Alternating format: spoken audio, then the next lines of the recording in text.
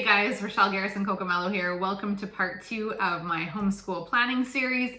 If you missed part 1, it will be linked below in the description box, or if you are watching this on IGTV, just check out my other IGTV videos, it will be there. So part 1 really went over the digital aspect of how I plan, which is generally just a big flesh out of all the curriculum that I want to be using, plus a schedule. But part 2 is where I put everything into paper, and this is the heart of my planning. This is what I reference every single day for the rest of the year. It's our 5th year homeschooling, if you count pre-K. I have a son going into grade 3 and a daughter going into grade 1. I found in the past that I've been lured to these beautiful, customizable, pre-bound planners, and they're gorgeous. However, I find inevitably what happens is that a couple months into our homeschooling year, life changes, our routine changes, our schedule. I want to mix things around in my planner and I can't. So I either have to rip out pages, scribble out notes, try to erase erasable marker, or I want more of some pages and wish I didn't have some of others. And I just find that ends up being a bit of an expensive waste. So what I did last year was I started planning using a printable homeschool planner, and I'm doing that again this year, and I wanted to show you how I do that. Now I have created my own homeschool planner, so if you're interested, you can check that out in my shop. I do have a free printable as well, and I will show you how I use that later on in this video too. So stay tuned for that. The nice thing about using a printable planner, I find, is that you can print duplicates, you can remove pages. If you make a mistake on a page, you can simply print a new one. And I love that continued flexibility throughout the year in a planner. That's been really nice for me. So let's get started. I'm going to show you how I use this planner. I will try to be as quick as I can. There will probably be a more detailed video, so I will timestamp all the sections below here on YouTube. So if you want to jump around and see different sections, then you can do that so more effectively. So let me turn this camera around and I will show you how I use this planner. So for my planner, I just grab a binder from the dollar store. I use the 1-inch ones because that's all I tend to need, and I get the ones where the paper can lay flat. I don't like the paper to curve. And then all I do is put a label on it using my label maker. I also make sure that the binder is one with a pocket in front. My homeschool planner comes with 6 different title page options, so you can pick the one that you like the best and just pop it in there. So inside I've used 8 Avery dividers. Now these ones are more plastic, which I like because I like the bend in them, and I find they don't scuff as easily. These ones are supposed to be ones that you can write on and erase. I tried it. It works mediumly well. So what I did instead is I just made my own labels using my label maker, and I found that neat and tidy, and then I can use them year after year just by simply peeling them off, and it's not going to look messy. So what I'm going to do, I'm going to go over each section and explain what I use it for and then what pages are in there. So our first section is the overview section. This section it's for planning anything that doesn't have a date tied to it, okay, if that makes sense. So the first page from my planner in there that I put is the curriculum resources page. As a homeschooler, it's very easy to acquire a lot of curriculum and even easier to forget what you've acquired. So one of my friends had this idea, and I thought it was brilliant, just to literally list all of the curriculum resources you have at home. So I will list them here, and then I will put a check based on what subject that curriculum is going to teach. Now, this is what's required in Quebec. We are very regulated in terms of homeschooling in Quebec. So we have language arts, math, science, social studies, French, art, and PD, which is personal development, which includes phys ed and things like any mindset activities, goal setting. So like a big life journal, for example, would fall under PD. So I have this available in my planner, plus I have a blank version. So you can put up to 7 subjects there and just fill in what you've started to acquire in your homeschool resources. Next up is my unit study page. So this is the first time that I've done unit studies before that I've created, but this is the first time that I'm actually going to physically plan it out. So I created this page just to organize all of that. Now we're going to do an Iroquois society study. My son, who's in grade 3 in Quebec, it's required that he learn Iroquois, Algonquin, and Inca societies, culture around 1500, so pre-colonization. I'm super excited to learn all of this along with them. So what I've done, I didn't find a curriculum I loved. I found one that's okay. So I put the curriculum here, but I've added in a bunch of books just to beef up our learning. If you want to see how I do this unit study, I do have a highlight saved on my Instagram profile if you want to see how I put this together more in detail. I have a space for media, so any videos we can watch, activities, field trips, and notes. I still have to fill this out, but I wanted to give you guys a sense of how I plan it. Then what I do, and again, this is in more detail in my highlight on Instagram, but I start to create lesson plans. And notice that these are not tied to any dates, okay? But I've got lesson 1, here's what we'll do. Lesson 2, here's what we'll do, so on and so on and so on, so that when I do plan in my monthly and weekly planners, I can put, we're gonna do lesson 2 on this day, and now I know what lesson 2 includes. This is a chunk of work up front, but it makes life so much easier in the long term. So it's really nice to get that laid out ahead of time. Plus I've gone in and I've just put different categories, so that helped me organize too. Next up is a notes section. Now I actually put this at the beginning, which seems counterintuitive somehow, but this is where anything is undated, right? Any planning that's undated. So if I have some ideas of things I would like to do or maybe like to explore, this is where I'm going to write them before I will actually plan them anywhere. So next up, we have 2 sections, monthly and weekly. These 2 sections are planning sections that are tied to dates. So first up is monthly. Here I have an academic calendar printout. This page is not part of my planner available for purchase. This is actually a free printable that I created. There's both an August start date and a September start date, so you can use it based on whenever you start your school year. What I use this for is to quickly lay out and determine what days are we schooling, what days are our breaks, when does our summer start, etc. So I have a video on how I do that in more detail, but the Coles Notes version of that is there's 36 weeks of school, and I laid that out. This year we are trying for the first time 6 weeks on, 1 week off. So here I've gone week 1, week 2, week 3, week 4, week 5, week 6, break, and then I start again, break, so on and so on. We have 2 weeks at Christmas, then 6 weeks over the summer. Now you'll notice I have started to fill out some other things beside these weeks.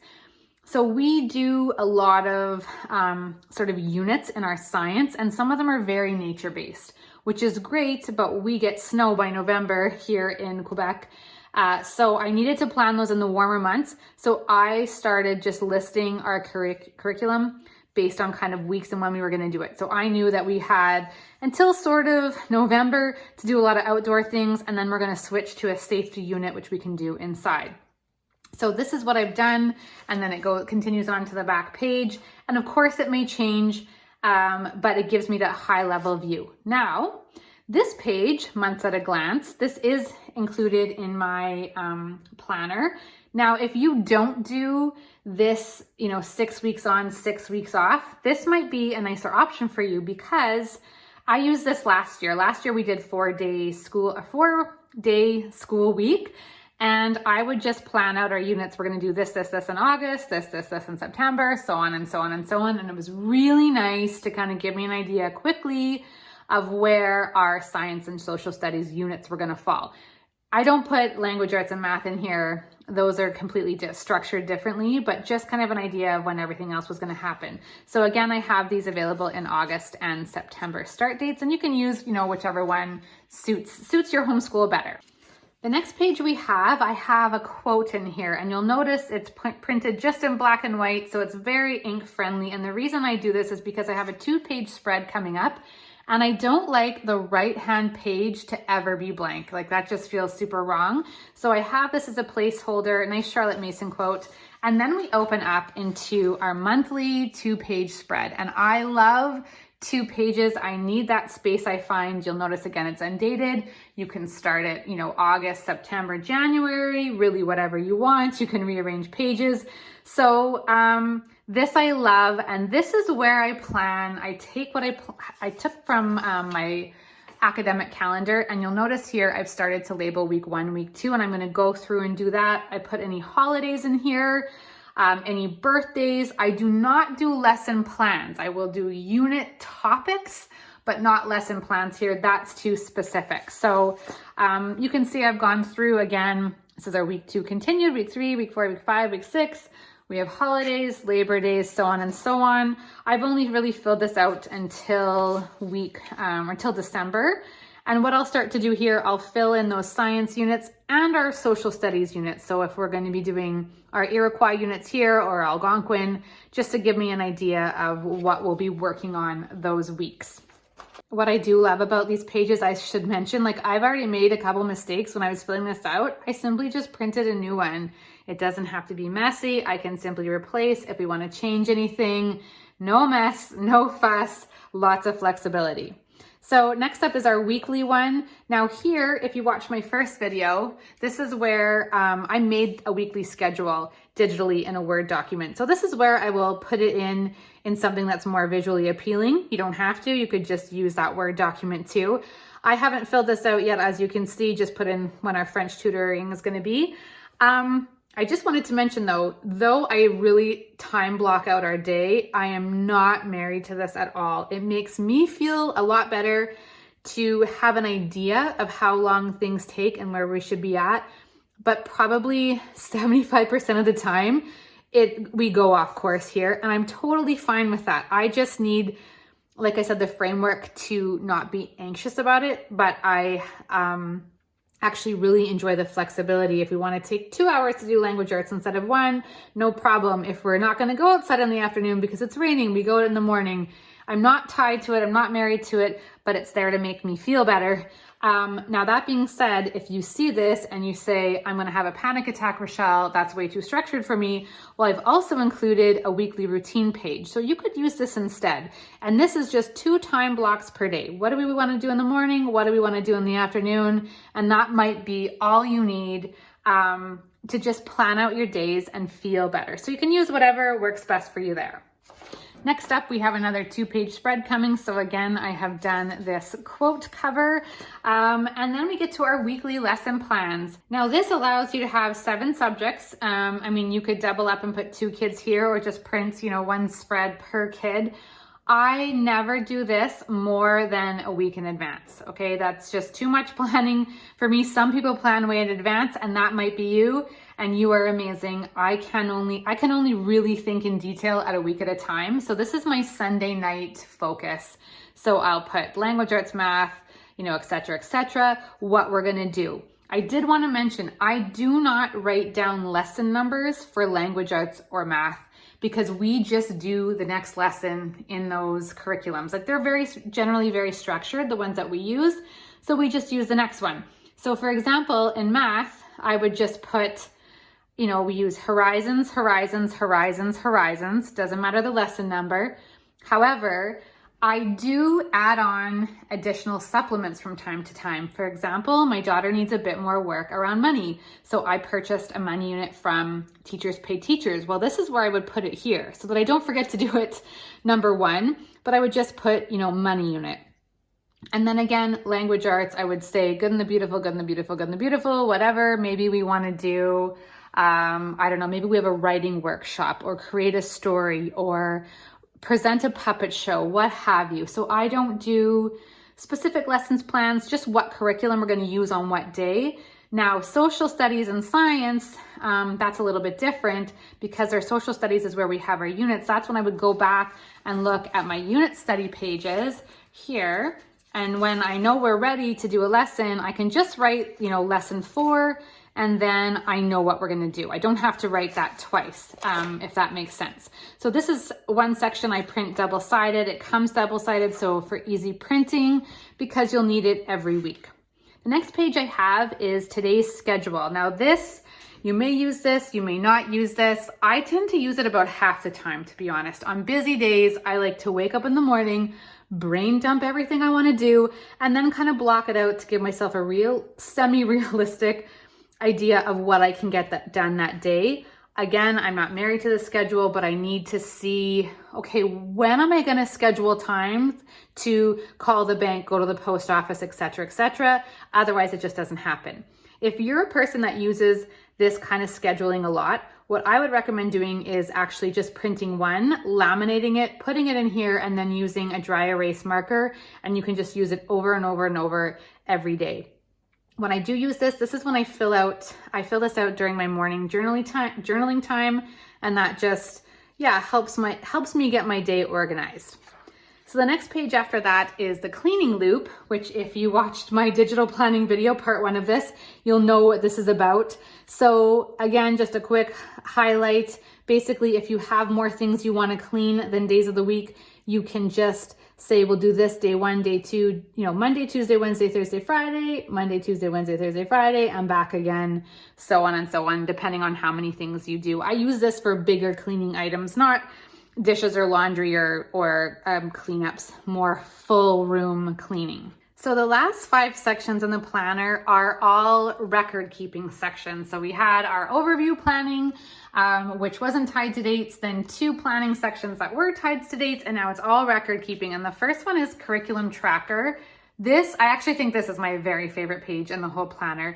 I got this idea from Tanya at Project Happy Home, and she had done a video on it, and she had altered someone's page to make a curriculum tracker. So I decided to design my own because it worked so well last year when we used it.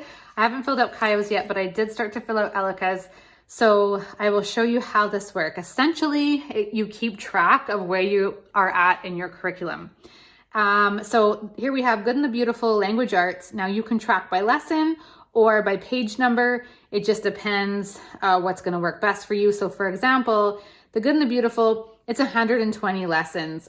So I think it's actually like 200 and something pages. Now, I don't want to write down 120 lessons, so I just did by 5s. So counting by 5 is still 120. Explode the Code, I haven't filled out. We have book 2 and 3, but I have book 1 here. They actually only had 11 lessons, and so I felt that the page number was better to do it by. So there's 96 pages. Doesn't matter, pick and choose however you want it. So every time she does 5 pages, like when she gets to page 5, I highlight it. Page 10, I highlight it, etc., etc. Now, this gives you such a nice overview of where your child is at in terms of the year too. So what I do here, you can see there's a little dot here. What I did, I took 120, divided it by 3, and then divided our school year approximately by 3, which would put us at the end of November. So then I have a dot down here, which says done by the end of November. So I want us approximately to be here by the end of November. Now, if that doesn't happen, I'm not going to stress about it. It just gives me an idea. And what happened last year which was great, is let's say she flies through language arts and we're way ahead of schedule, but then in math, we're a bit behind. Well, we can slow this down and focus on math and just work on what she needs to work on and needs a little more time with, and it gives me that bird's eye view, and I love it. It's so helpful. It's also extremely satisfying to highlight every day. Like, it's just super fun. So I really enjoy this page, and I only really use it for very structured curriculum. So this I use for language arts, for math, for handwriting. If we have a science that's workbook based, we will do that. Anything that we want to finish essentially by the end of the year will be put in the curriculum tracker. A place to record everything that's being read. So family read alouds, the date, the title that we've read it. This is where all of our historical fiction, our novels will go. We are a very literature-based family. That's our style of homeschooling.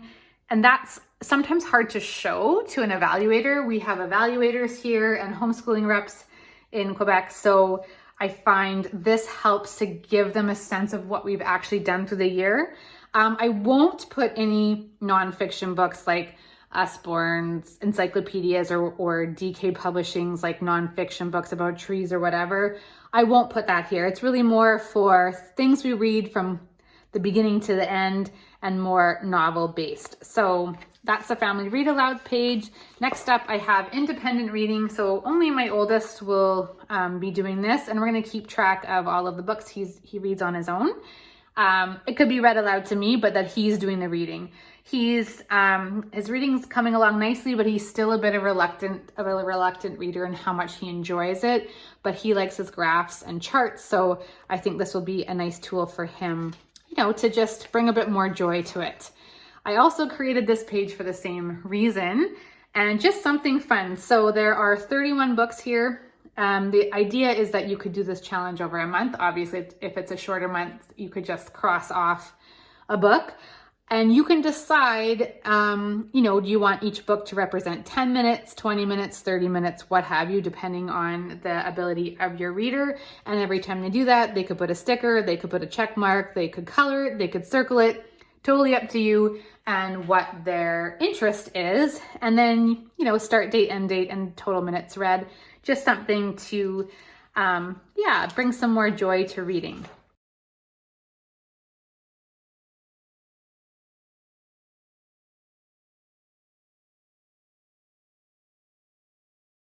Don't read enough, and I feel like having this visual will keep me accountable, a little bit more accountable, so I can record a book every time I read it throughout the year.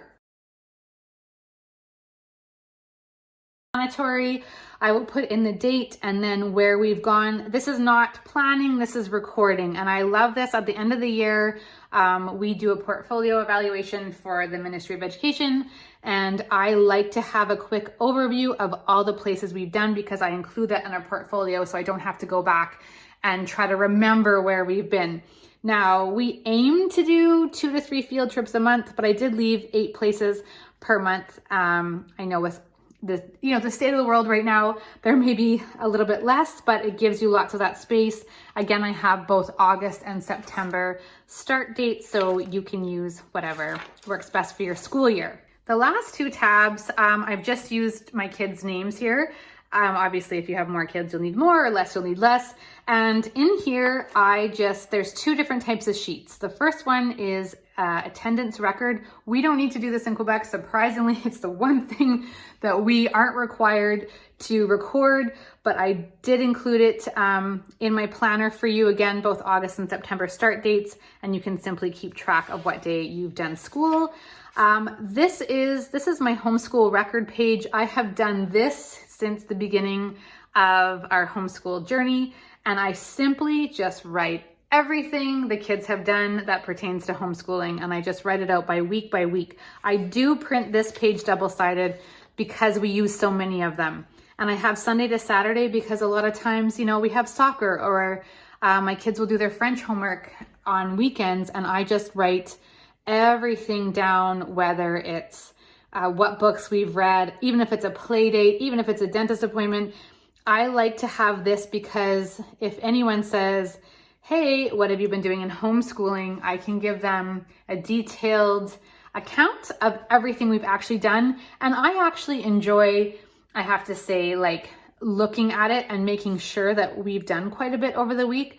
I find that just helps me ensure that we are, doing enough in our homeschool. So the kids both have one, and they're exactly the same. So this is how I plan, you guys. And I have this binder in front of me.